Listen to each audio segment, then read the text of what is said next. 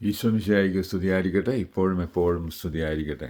എനിക്ക് അത്രയും സ്നേഹം നിറഞ്ഞ എൻ്റെ ദൈവജനങ്ങളെ, നിങ്ങളെല്ലാവരെയും ഈ വചന ശുശ്രൂഷയിലേക്ക് ഏറ്റവും സ്നേഹത്തോടെ ഈശോയുടെ നാമത്തിൽ സ്വാഗതം ചെയ്യുന്നു.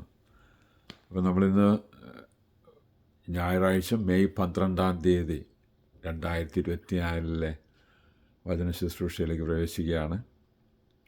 അപ്പോൾ ഈ ഞായറാഴ്ച നമ്മളിപ്പോൾ ഈശോയുടെ സ്വർഗാരോഹണ തിരുനാൾ ആഘോഷിക്കുകയാണ്. അപ്പോൾ അതിൽ സഭ വയ്ക്കുന്ന 1-2 നിയോഗങ്ങളുണ്ട്. അത് ഇന്ന് വേൾഡ് കമ്മ്യൂണിക്കേഷൻ ഡേ ആണെന്ന് പറയുന്നത്. അപ്പോൾ ഈ നിയോഗം നമ്മളോട് വയ്ക്കുന്നത് നമ്മൾ പ്രാർത്ഥിക്കാൻ വേണ്ടിയാണ്. വേൾഡ് കമ്മ്യൂണിക്കേഷൻ എന്ന് പറയുമ്പോൾ ഈ ലോകത്തിൻ്റെ മാസ് മീഡിയ അല്ലെങ്കിൽ നമ്മളുടെ ഈ എന്താണ് പറയുന്നത്, ലോകത്തിൽ ഇങ്ങനെ സംഭവവികാസങ്ങളൊക്കെ അറിയിക്കുന്ന മേഖലകളെല്ലാം വിശുദ്ധീകരിക്കപ്പെടാനായിരിക്കും സഭ ഇങ്ങനെ ഈ നിയോഗം വയ്ക്കുന്നത്. വേൾഡ് കമ്മ്യൂണിക്കേഷൻ ഡേ ആണ്. അപ്പോൾ നമ്മൾ ഈ കമ്മ്യൂണിക്കേഷൻ്റെ കാര്യങ്ങൾ കൂടുതൽ നന്നായിട്ട് പ്രാർത്ഥിക്കണം.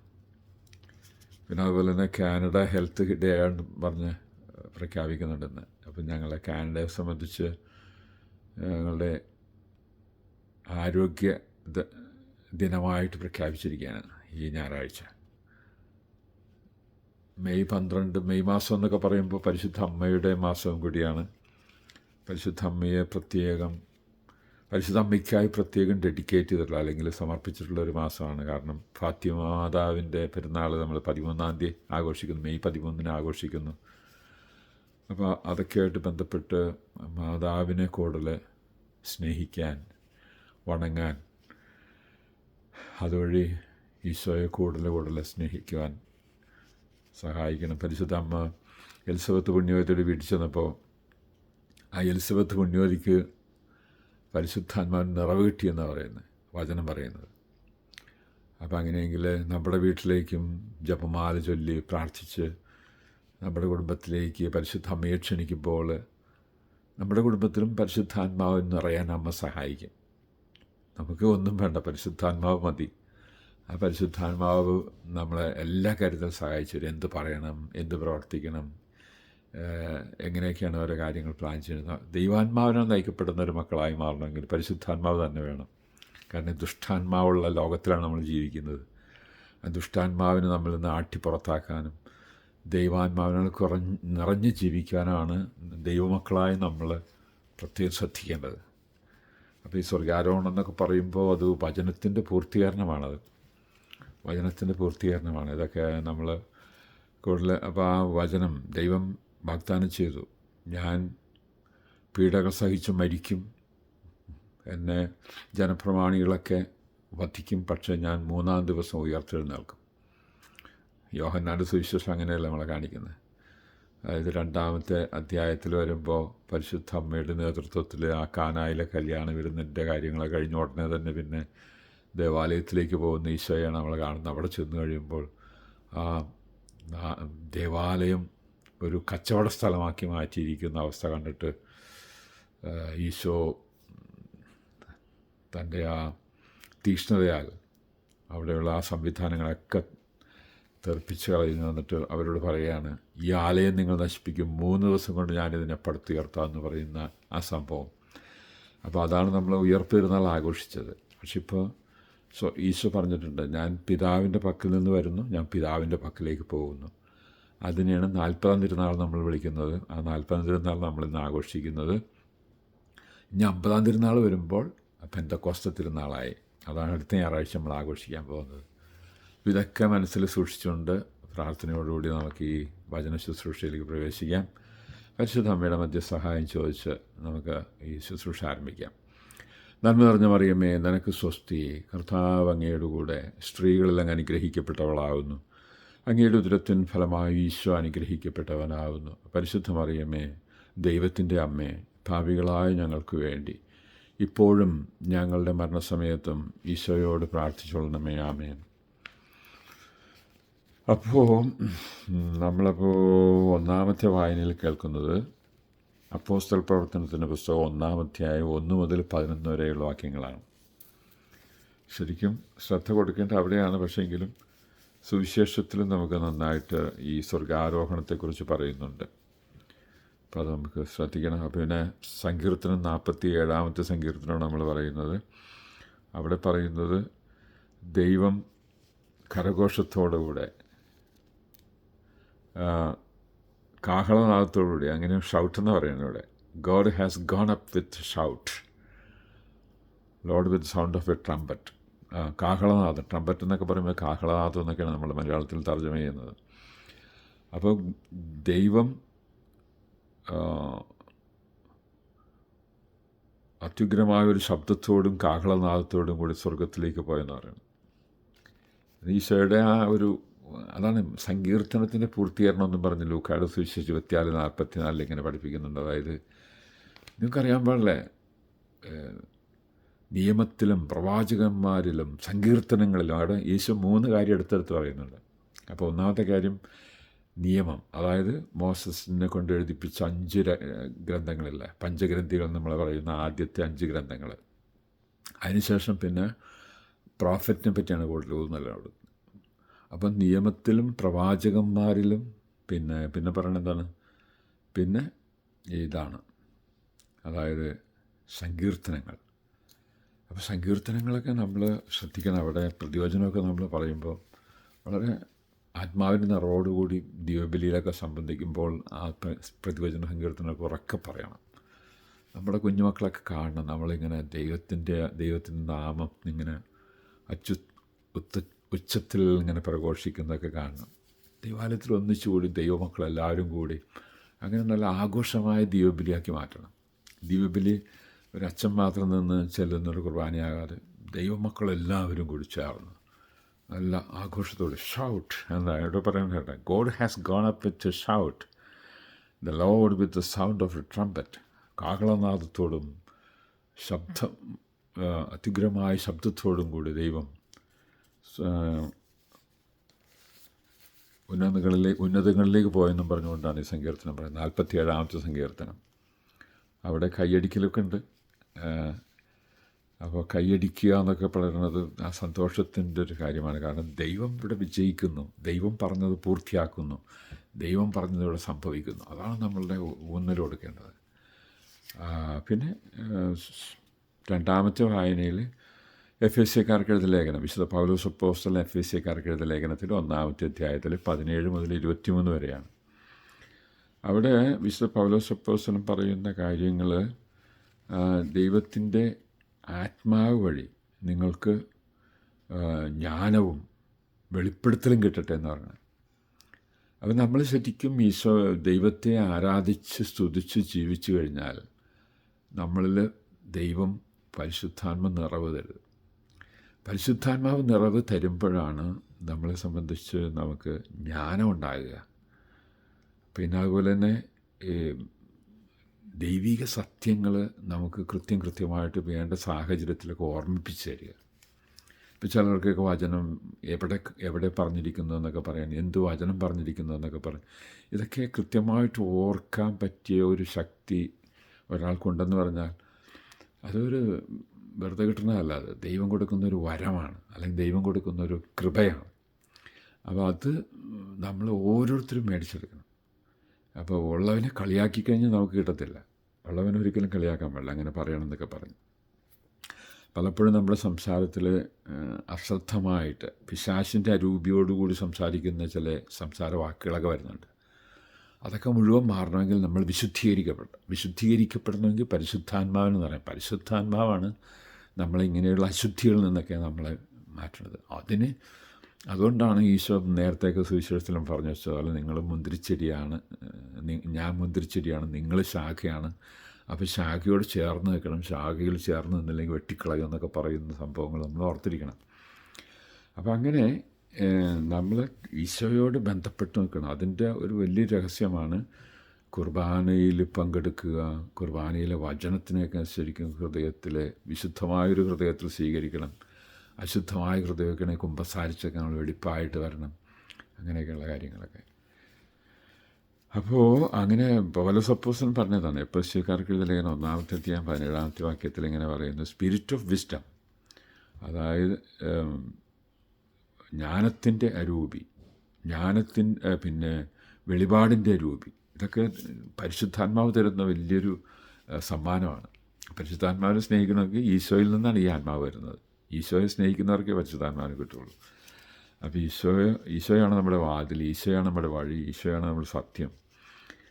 പിന്നെ വചനത്തിൽ സ്നേഹിക്കുന്നവർക്ക് മാത്രമേ അത് കിട്ടുള്ളൂ, പരിശുദ്ധാത്മാവിനെ കിട്ടുള്ളൂ.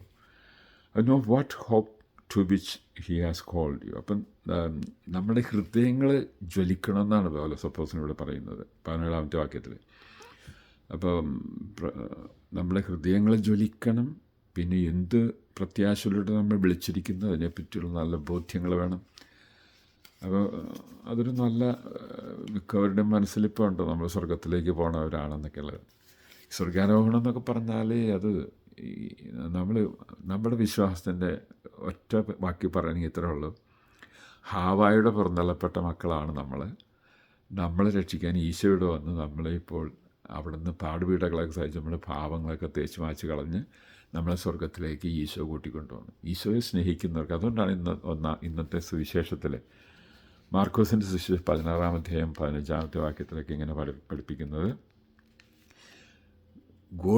എല്ലാ ലോകത്തിൻ്റെ അതിർത്തികൾ വരെയൊക്കെ പോവുക, അതിൻ്റെ സുവിശേഷം പ്രഘോഷിക്കുക, എല്ലാ ജനതകളോടും, ഓൾ ക്രിയേഷൻ അവിടെ ഉപയോഗിക്കണം, എല്ലാ ജീവജാലങ്ങളോടും സുവിശേഷം പ്രഘോഷിക്കുക. അപ്പോൾ അങ്ങനെ സുവിശേഷം പ്രഘോഷിക്കുമ്പോൾ വിശ്വസിക്കുന്നവർ ജ്ഞാനസ്നാനം സ്വീകരിക്കുക. ഇത് രണ്ടും വേണം അവിടെ. അപ്പോൾ ഇവിടെ വചനം പറയണത് വിശ്വസിച്ചാൽ മാത്രം പോരാ, ജ്ഞാനസ്നാനം സ്വീകരിക്കണം എന്ന് പറയണം.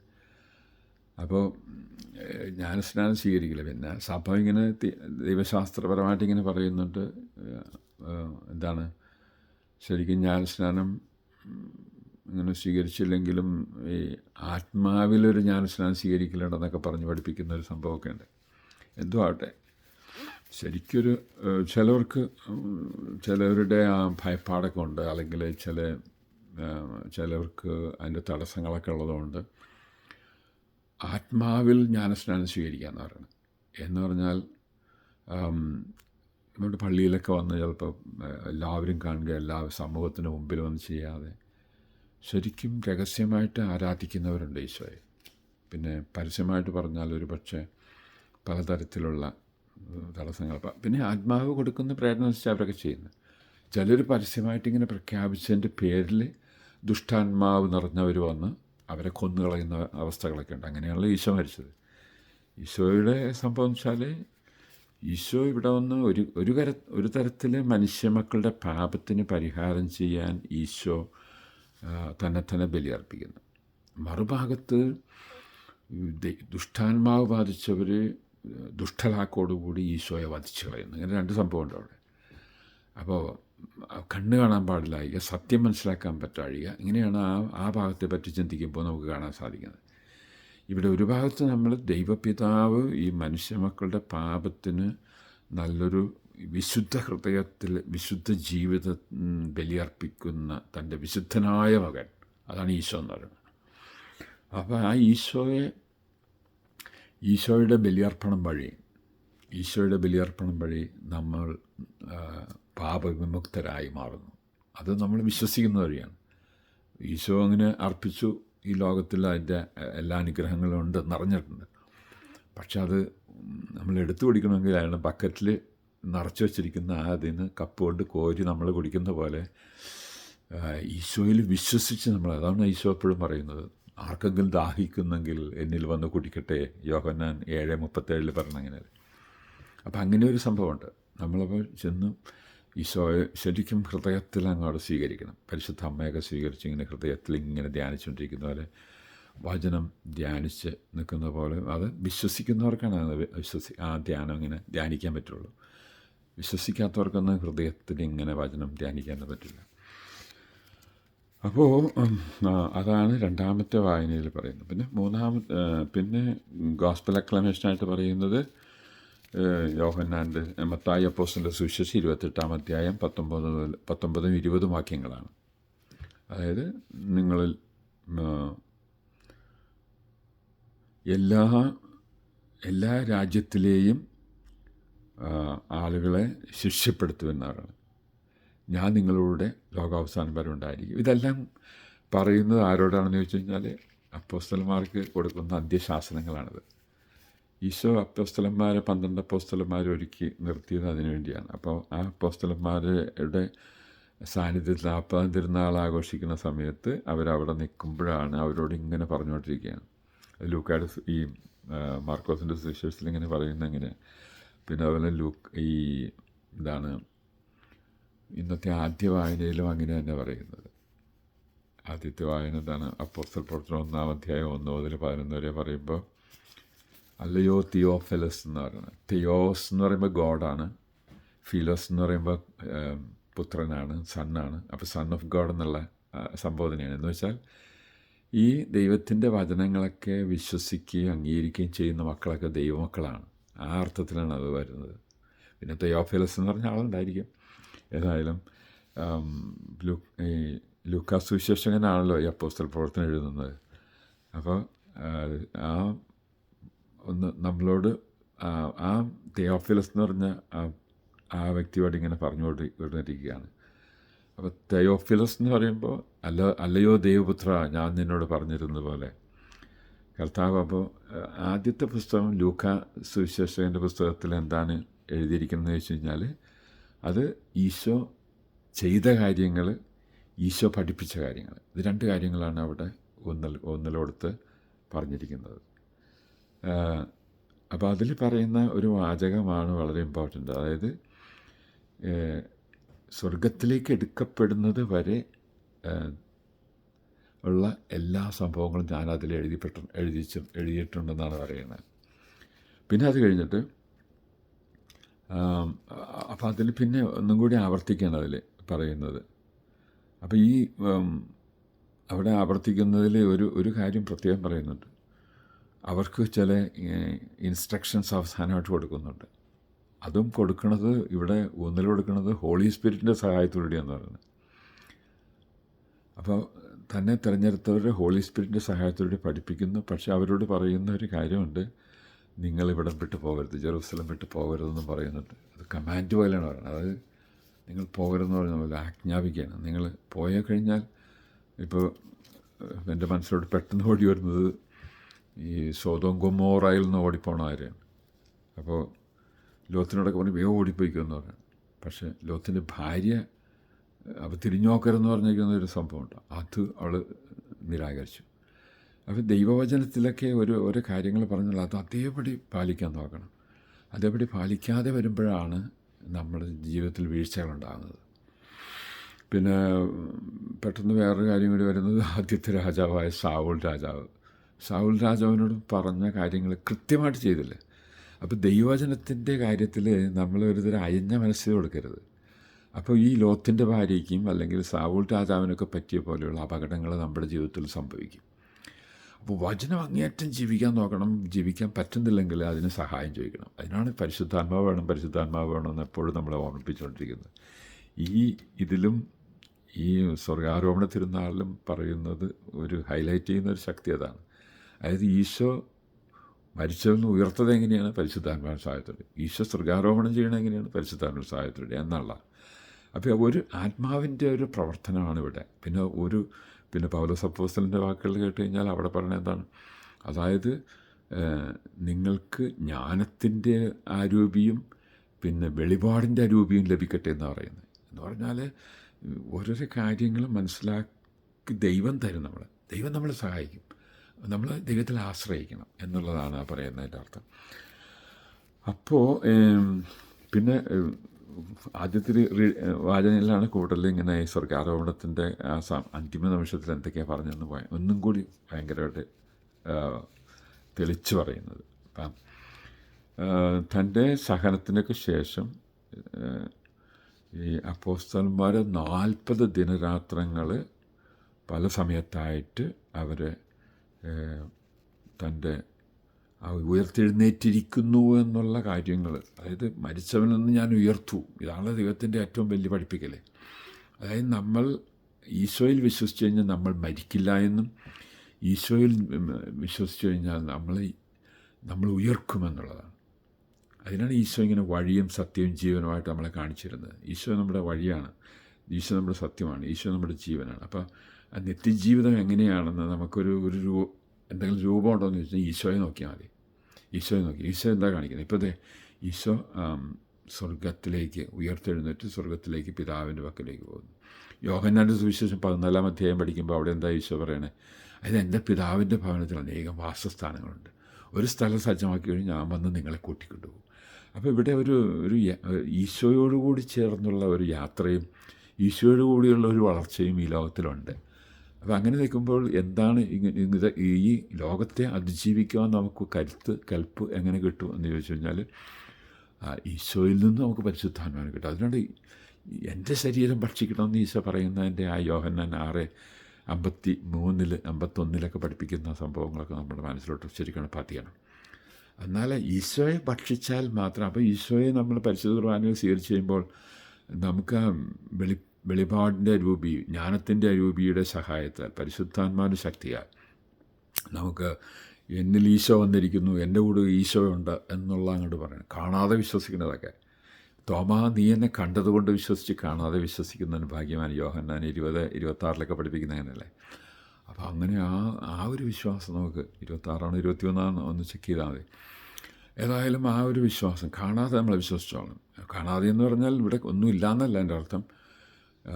കുർബാനയ്ക്ക് ഞാൻ പോകുന്നു, ദൈവവചനമൊക്കെ ഞാൻ കേൾക്കുന്നു, അതോടൊപ്പം തന്നെ ഈശോയുടെ ശരീരം ഞാൻ സ്വീകരിക്കുന്നു. അപ്പോൾ ഈശോയെ ഞാൻ സ്വീകരിച്ചു കഴിയുമ്പോൾ ഈശോ എന്നിലേക്ക് വന്നിരിക്കുന്നു, ഈശോയുടെ ആത്മാവിനെ കൊണ്ടത് നിറയ്ക്കുന്നു എന്നൊക്കെ അങ്ങോട്ട് കാണാതെ വിശ്വസിക്കുന്നൊരവസ്ഥ. എന്ന് വെച്ചാൽ ഈശോയുടെ ശരീരം അതായത് ഈശോ പറയുന്നത് എനിക്കെപ്പോഴും എന്നെ ബോധ്യപ്പെടുത്തുന്ന ഒരു വലിയൊരു ബോധ്യം ഇതാണ്. അതായത് കർത്താവിൻ്റെ ആത്മാവ് എന്നിലുണ്ട്. ലൂക്കാ 4:18 കർത്താവിൻ്റെ ആത്മാവ് എന്നിലുണ്ട്. അപ്പോൾ കർത്താവിൻ്റെ ആത്മാവുള്ള ശരീരമായ യേശുവിൻ്റെ ശരീരമാണ്, രക്തവുമാണ് ഞാൻ പരിശുദ്ധ കുർബാനയിൽ സ്വീകരിക്കുന്നത്. അപ്പോൾ ഈശോ എനിക്ക് സ്വാഭാവികമായിട്ട് ഈശോയിൽ നിറഞ്ഞിരുന്ന ആത്മാവിനെ എന്നിൽ നിറയ്ക്കും. ആ ആത്മാവ് എന്നെ ഈശോയ്ക്ക് വേണ്ടി ജീവിക്കുവാൻ, ഈശോയുടെ രാജ്യത്തിന് വേണ്ടി ജീവിക്കുവാൻ, ദൈവരാജ്യത്തിന് വേണ്ടി. ഇവിടുത്തെ പ്രശ്നം അതാണല്ലോ. അപ്പോസ്തലന്മാർ വറീഡായിട്ടിരിക്കുന്ന ഒരു പ്രശ്നം അതാണ്. അത് എന്താണ് ഈ ദൈവരാജ്യം സ്ഥാപിക്കാൻ പോകുന്നത്? ഇസ്രായേൽ രാജ്യം എങ്ങനെയാണ് സ്ഥാപിക്കാം? ഇസ്രായേൽ രാജ്യം സ്ഥാപിക്കലല്ല ഇവിടെ ദൈവം ഉദ്ദേശിക്കുന്നത് ഓരോരുത്തരുടെ ഹൃദയത്തിൽ ദൈവത്തിൻ്റെ ഭരണത്തിൻ്റെ കീഴിലാകുന്നൊരു ജീവിതം വേണമെന്നുള്ളതാണ്. അപ്പോൾ നമ്മൾ ശ്രദ്ധിക്കേണ്ട ഒരു ജീവിതം അതാണ്. അത് ഞാൻ ദൈവത്തിലാണോ അതോ ഈ ലോകത്തിലാണോ? കാരണം ഈ ലോകത്തിൻ്റെ കാര്യം പറയുമ്പോൾ ഭയങ്കരമാണല്ലോ. എന്ന് വെച്ചാൽ പിശാചിൻ്റെ പ്രലോഭനങ്ങൾ, പിശാചിൻ്റെ തട്ടിപ്പ്. ഇപ്പോൾ നമ്മൾ മത്തായി അപ്പോസ്തലന്റെ സുവിശേഷം 4-ാം അധ്യായം പഠിക്കുമ്പോൾ അതിൽ പ്രത്യേകം പറയുന്നത് സാത്താനിങ്ങനെ കാണിച്ചു കൊടുക്കും. ഈ ലോകത്തെ രാജ്യങ്ങളൊക്കെ കാണിച്ചുകൊണ്ട് ഇതെല്ലാം നിനക്ക് തരാമെന്ന് പറയുന്നൊരു സംഭവമുണ്ട്. അപ്പോൾ ഈ ലോകത്തിൽ പെട്ടുപോകുന്നൊരു പെടലുണ്ട് നമ്മൾ. അപ്പോൾ അതിൽ പെടാതെ നമ്മൾ ഈശോയിൽ വിശ്വസിച്ച് ഈ ലോകത്തെ അതിജീവിക്കണം എന്നുള്ള ഒരു സന്ദേശമാണ് നമുക്ക് ഈ ലോകത്തിന് കൊടുക്കാനുള്ളത്. അത് നമ്മുടെ കുഞ്ഞുങ്ങൾക്കും അത് കൊടുക്കണം. അങ്ങനെ കൊടുത്താലേ ഒരു ദൈവരാജ്യത്തിലേക്കുള്ള നമ്മുടെ യാത്ര, ഈശോ നമുക്ക് തുറന്നു തരുന്ന ഒരു നിത്യജീവിതത്തിൻ്റെ യാത്ര. ഈ ലോകത്തിലാണെങ്കിൽ എല്ലാം നശിച്ചു പോകുമെന്ന് പറയണം ഈ ലോകത്തിലത്. പക്ഷേ നശിക്കാത്ത അനശ്വരമായൊരു ജീവിതം നമുക്കുണ്ട്. അതിനാണ് ദൈവം ഈ സ്വർഗാരോഹണ തിരുനാളിലൂടെ നമ്മെ ഓർമ്മിപ്പിക്കുകയും പഠിപ്പിക്കുകയും ചെയ്യുന്നത്. പിതാവിൻ്റെയും പുത്രൻ്റെയും പരിശുദ്ധാത്മാവിന്റെ നാമത്തിൽ ആമേൻ. ഈശോ മിശിഹായ്ക്ക് സ്തുതിയായിരിക്കട്ടെ, ഇപ്പോഴും എപ്പോഴും സ്തുതിയായിരിക്കട്ടെ. ഹല്ലേലൂയ.